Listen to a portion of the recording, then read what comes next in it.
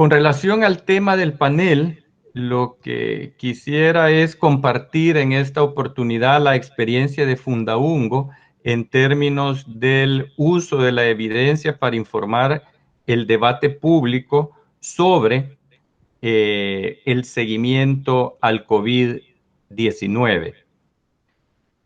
Como todos sabemos, en marzo pasado se confirmó el primer caso de COVID en El Salvador, lo que llevó a que las autoridades impusieran medidas de restricción de movilidad. Así, desde el 21 de marzo hasta el 13 de junio, se tuvo un confinamiento estricto, posteriormente se transitó a una cuarentena voluntaria. El reinicio de la actividad económica, inicialmente pensada de manera escalonada, inició el 16 de junio con la fase 1. Sin embargo, ante la falta de un acuerdo entre los órganos ejecutivo y legislativo, el 24 de agosto inició la reactivación de las distintas actividades económicas y sociales de manera simultánea, sin una ley que las regulara. Si pasamos a la siguiente lámina, por favor. El confinamiento dejó en suspenso muchas actividades que como fundación veníamos realizando y teníamos planificadas. Y en ese marco es que se toma la decisión temprana de contribuir a posicionar en la agenda pública temas de relevancia asociados al COVID-19. Esto requirió, y es importante decirlo, creatividad e innovación por parte del equipo de investigadores y comunicadores de la Fundación. Dada la magnitud del COVID y sus implicaciones, se decidió entonces de manera estratégica realizar un seguimiento sistemático de su evolución en el tiempo y además con otra característica, con un enfoque territorial. Si pasamos a la siguiente lámina, por favor. Es así como se inicia el seguimiento a la evolución del COVID por medio del boletín estadístico del COVID-19 en El Salvador con un carácter más bien descriptivo, con la finalidad de presentar una sistematización sobre el comportamiento de la propagación de casos de dicha enfermedad, tomando como base las fuentes gubernamentales oficiales. Esto con el propósito de contribuir a un debate informado que tomara en consideración la evidencia disponible. Este primer boletín se publicó el 4 de mayo y sistematizó la información del 14 de marzo al 3 de mayo. Si pasamos a la siguiente lámina, por favor. El seguimiento se fue calculando, dijéramos, abordando distintos aspectos. El número y tasa de crecimiento de los casos nuevos confirmados de COVID por semana, así como los casos sospechosos y activos, los contagios importados y contagios por transmisión comunitaria. Si pasamos a la siguiente lámina, por favor. Los contagios a nivel municipal, los contagios según sexo y grupo etario, las personas fallecidas por COVID, las personas recuperadas, y pasamos a la siguiente lámina, la evolución del número reproductivo básico del COVID, y en cada boletín se han ido presentando recomendaciones. Pasemos a la lámina 7. Esto con el propósito de que en cada boletín se ha buscado en las recomendaciones, focalizar los esfuerzos en la detección de casos nuevos, especialmente en el último periodo de cara a la reapertura de la actividad económica, y 2, para potenciar la calidad de la información presentada en la plataforma oficial del gobierno. Si pasamos a la siguiente lámina. Hasta el 20 de septiembre se han publicado 16 boletines. Al inicio tenían un carácter semanal, posteriormente quincenal. El último de ellos, el 16, cubre el periodo del 14 de marzo al 6 de septiembre. Y el próximo boletín, el 17, se encuentra en imprenta y este actualiza los datos de análisis hasta el 20 de septiembre.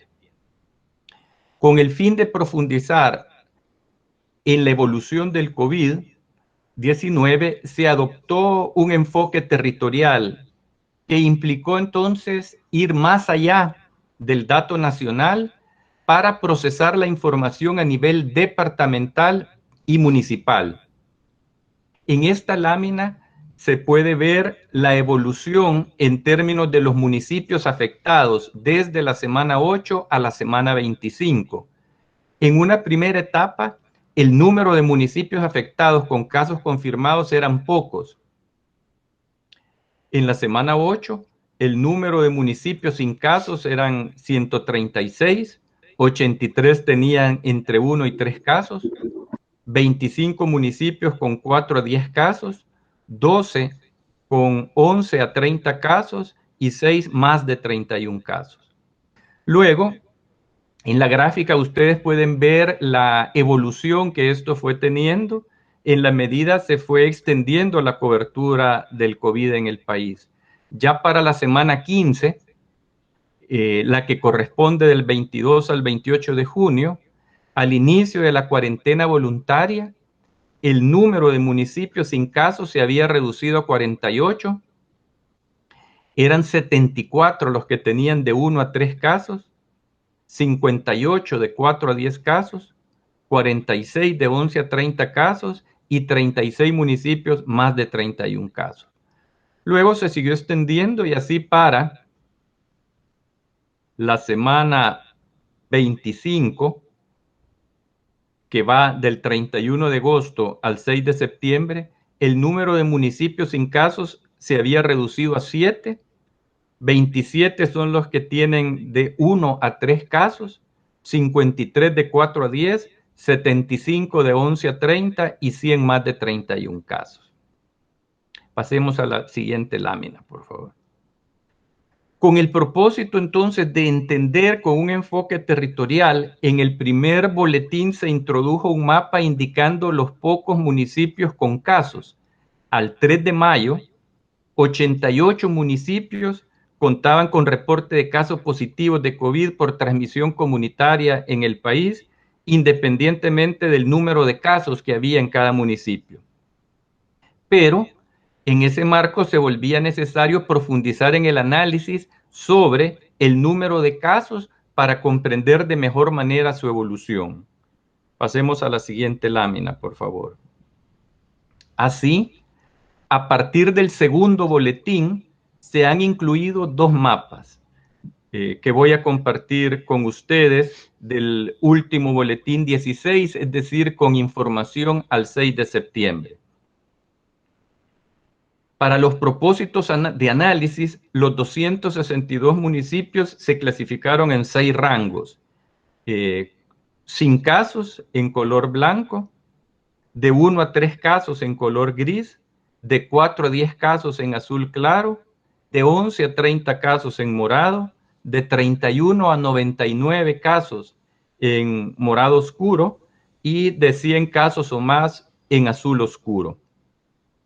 Al ver el mapa entonces, hasta el 6 de septiembre, 7 municipios no registraban casos, 27 municipios reportaban entre 1 y 3 casos, 53 municipios entre 4 y 10, 75 entre 11 y 30, 53 entre 31 y 99 y 47 municipios con cifras superior a los 100 casos. Si pasamos a la siguiente lámina, por favor. Pero, dado que el tamaño de la población es una variable importante, se decidió elaborar un mapa calculando la tasa por 100,000 habitantes. En este caso, los municipios se clasificaron en 4 rangos según la tasa promedio nacional de casos acumulados por transmisión comunitaria.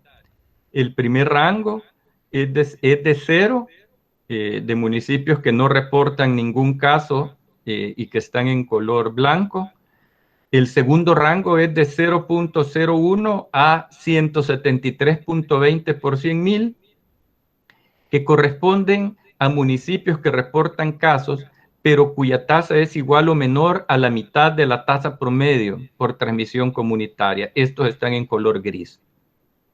El tercer rango es de 173.21 a 346.40, siempre por 100,000. Este es un rango que acumula los municipios con la tasa entre la mitad de la tasa por transmisión comunitaria y la tasa nacional. Y por último, el cuarto rango, arriba de 346.41 por 100.000, y esta tasa corresponde a los municipios con tasas superiores a la tasa nacional por transmisión comunitaria. Este está en color azul oscuro. Lo que se tiene con esto y nos ayuda a entender, quedémonos todavía en la anterior, por favor, es que 7 municipios no registran casos, 110 registran al menos un caso con una tasa igual o menor a la mitad de la tasa promedio, 100 municipios con una tasa mayor a 173.21, pero igual a la tasa nacional, y 45 municipios había al 6 de septiembre con una tasa por 100.000 habitantes superior a la tasa nacional de 346.40. En el mapa lo que muestra es que las tasas con con los municipios con tasas que tienen mayor concentración están ubicados un grupo en el área metropolitana de San Salvador y también en municipios con una alta concentración poblacional como Santana y San Miguel. Pasemos a la siguiente, por favor.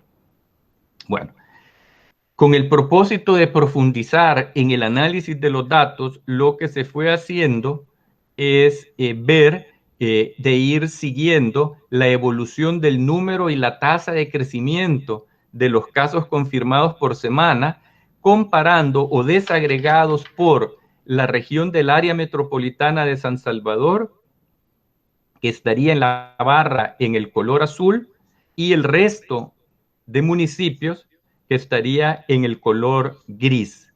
Aquí se presentan los datos del 20 de abril al 6 de septiembre. Al 6 de septiembre, lo que se tiene es que en el área metropolitana de San Salvador, conformada por 14 municipios, concentran el 41,7% de los casos confirmados, mientras que el 58,3% se han confirmado en municipios fuera de LAMS. Si ustedes ponen atención a la gráfica, lo que verán es que el área metropolitana de San Salvador había reportado la mayor cantidad de casos confirmados respecto al resto de municipios del país. Sin embargo, eso se ve en que la barra azul era un poco mayor que la gris. Sin embargo, ya no, quedémonos todavía en esa lámina. Cuando vemos ya para la semana 17, dada la evolución en la cobertura, en la expansión en el territorio, lo que va a ocurrir es que el número de casos en los municipios restantes del país va a ir aumentando más que en el área metropolitana de San Salvador. De tal manera que cuando llegamos a la semana 25,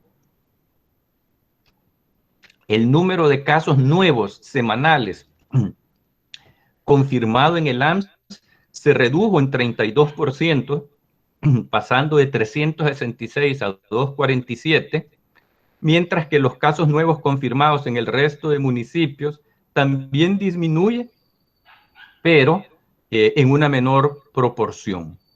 En la semana 25, para cerrar el punto, el 63,9% de los casos nuevos reportados se identificaron en municipios fuera del AMS. Pasemos a la siguiente lámina, por favor. No voy presentando todo, solo quiero ir mostrando el análisis de los datos. Aquí en este mapa se reporta el número de casos confirmados que se acumula en cada uno de los 14 municipios del AMS.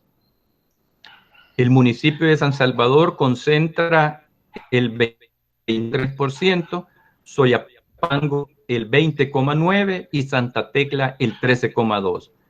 Pasemos a la siguiente, por favor. En esta es otra manera de presentarlo. Aquí lo que se coloca es la tasa por 100,000 para los municipios del área metropolitana, y lo que quizás quisiera destacar es que San Salvador va a registrar la tasa más alta con una tasa de 1,399.6 por cada 100,000 habitantes, seguido por Santa Tecla con una tasa de 979,9 y Soyapango con una tasa de 761 por 100,000. No todos los municipios de LAMS tienen la misma tasa. Ahí se puede ver que hay 4 municipios con una tasa mayor a 163,71, pero igual a la tasa, mientras que 9 de los 14 la tasa por 100,000 es superior a la tasa nacional. Con base en este tipo de análisis de los datos con un enfoque territorial, se fueron a lo largo del tiempo en los boletines formulando algunas recomendaciones. Solo de manera ilustrativa quisiera señalar algunas de las recomendaciones que se fueron destacando en base a el análisis de estos datos. Una de estas recomendaciones es la importancia de tener un enfoque territorial para focalizar las acciones de control de la propagación de los casos de COVID y la prevención en los municipios que concentran la mayor cantidad de casos. Y aquí se podrían utilizar criterios tanto de mayor número como de tasas más altas por cada 100,000. Se destacó ya en los datos, en los mapas presentados, la alta concentración de casos en el área metropolitana y en los municipios de Santa Ana y San Miguel. De ahí que era en este enfoque territorial y es importante avanzar en la búsqueda de los casos y sus nexos epidemiológicos en los territorios que concentran más casos. Una segunda recomendación que se hizo a partir del análisis es la de incrementar y o concentrar el número de pruebas en municipios que reportan el mayor número de casos y en aquellos con un mayor número de población, de manera que permitiera focalizar acciones para una mejor identificación de los casos. Y luego, teniendo en consideración el marco de la apertura de la actividad económica a partir del 24 de agosto, ¿verdad?, se hicieron recomendaciones como la siguiente: que las autoridades gubernamentales divulgaran los protocolos de seguridad y salud ocupacional para asegurar el regreso seguro de la población trabajadora y contener posibles rebrotes de la enfermedad. Y ahí se destacó en uno de los boletines con especial énfasis en trabajadores del sector informal. Se destacó además la necesidad de que el gobierno desarrollara una campaña educativa en diferentes medios para informar a la población sobre cómo evitar contagiarse y qué hacer si se enferman.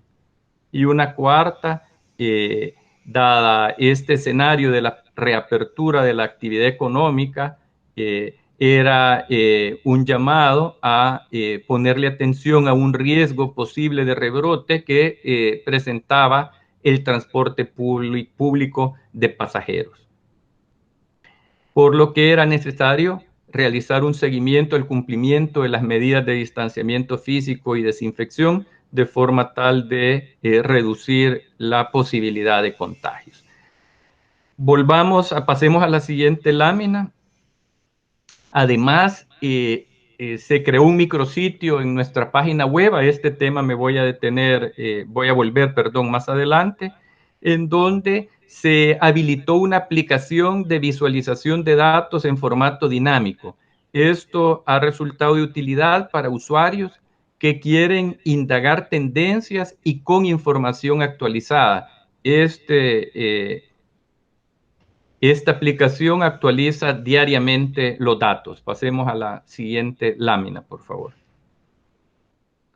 En la agenda de investigación, otro aspecto que se ha incluido es el cálculo del número reproductivo básico del COVID-19, el cual es un parámetro que mide la cantidad potencial de personas sanas a las que puede contagiar una persona infectada de COVID.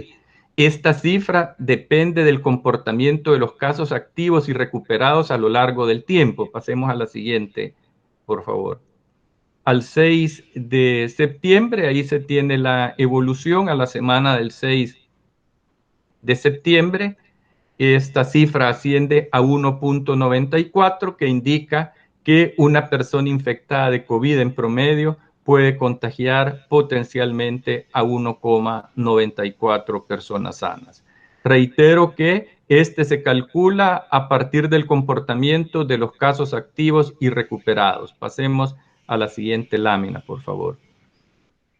Con la finalidad de contribuir a una mejor comprensión de la evolución del COVID-19 y sus implicaciones en El Salvador, se elaboró el estudio El COVID-19 y su incidencia en la movilidad de la población salvadoreña, que tiene como propósito presentar un análisis sobre el cambio de la movilidad de la población salvadoreña en el territorio nacional en el tiempo de la pandemia, realizando una comparación entre antes, durante y después de la cuarentena domiciliar estricta.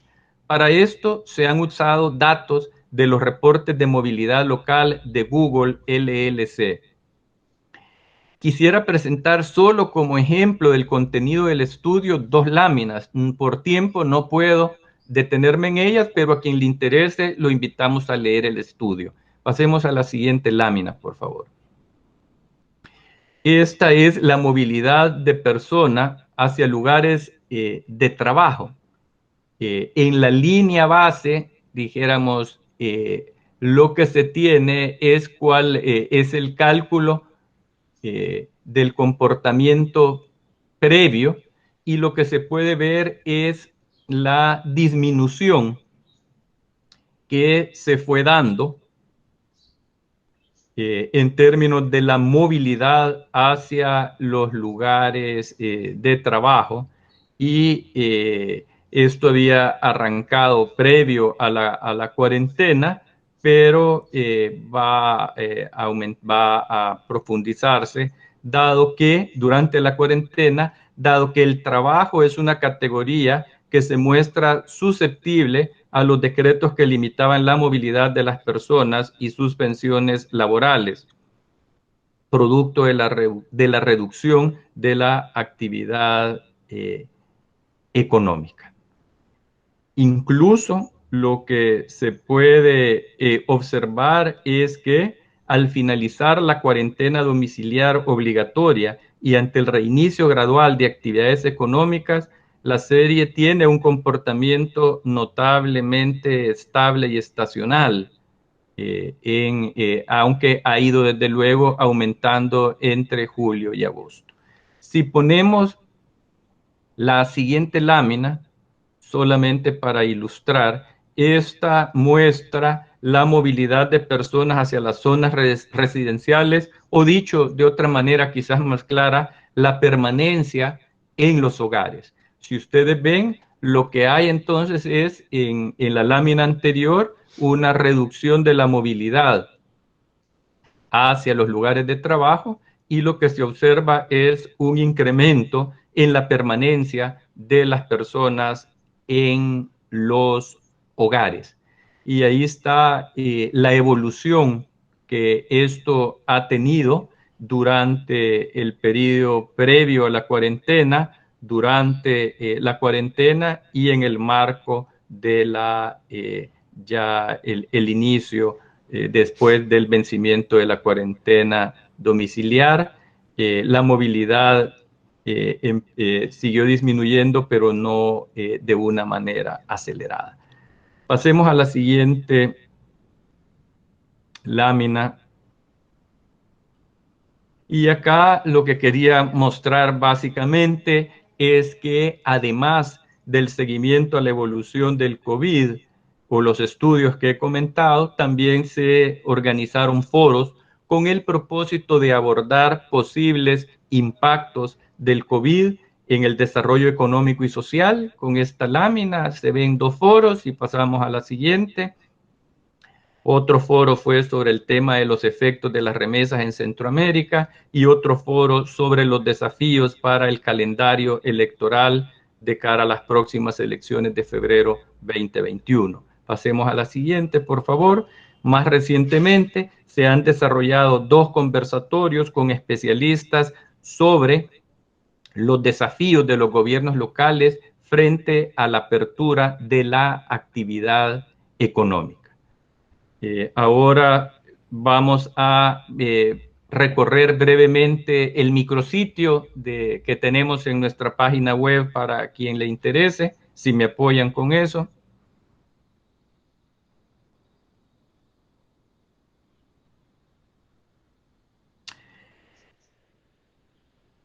El micrositio, lo que se tiene como propósito es un seguimiento más sistemático a la evolución en el tiempo. Se decidió crearle secciones que permitieran hacer accesible la información a las personas interesadas. Tiene en este sentido una primera sección que tiene que ver con ir dando cuenta de los principales hechos nacionales en torno a la pandemia, en torno a una línea de tiempo.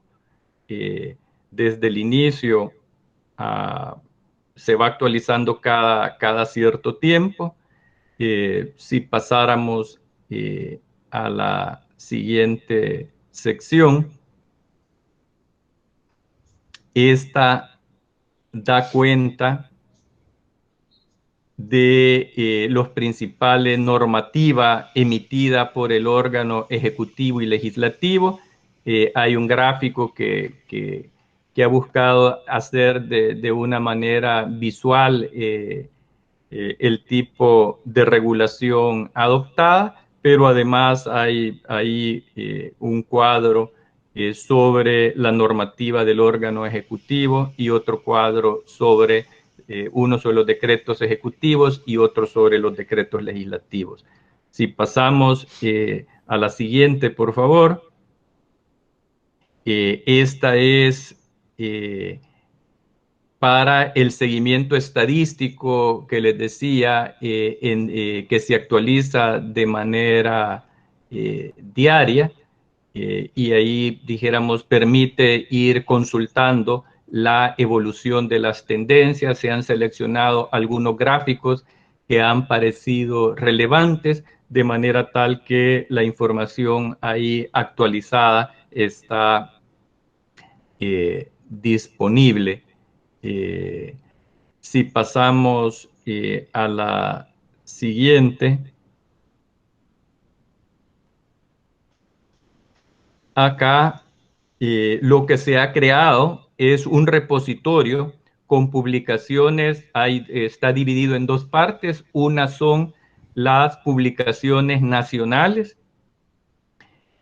Ahí están las publicaciones nuestras, pero también de otras instituciones que han publicado estudios relacionados con el COVID. Y la segunda parte tiene que ver con estudios regionales en torno al tema por parte de organismos internacionales o estudios que presentan un enfoque más bien de carácter regional. Si pasamos a la siguiente.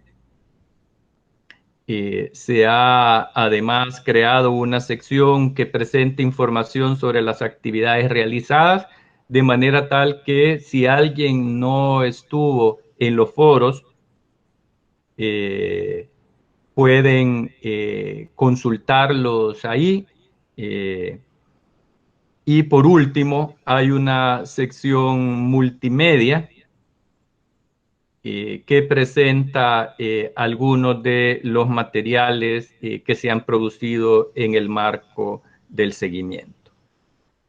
Quisiera, para ir concluyendo, señalar que si se ha buscado posicionar en esta labor de seguimiento, se ha buscado posicionar mensajes en distintos formatos, no solamente es el boletín o los estudios, sino que también se han producido videos, infografía, podcast, gráficos interactivos, publicaciones electrónicas, un uso estratégico de las redes sociales para ir divulgando la información, de manera que permitiese llegar a tomadores de decisiones, a funcionarios públicos, a los medios de comunicación, pero también abierto al público en general.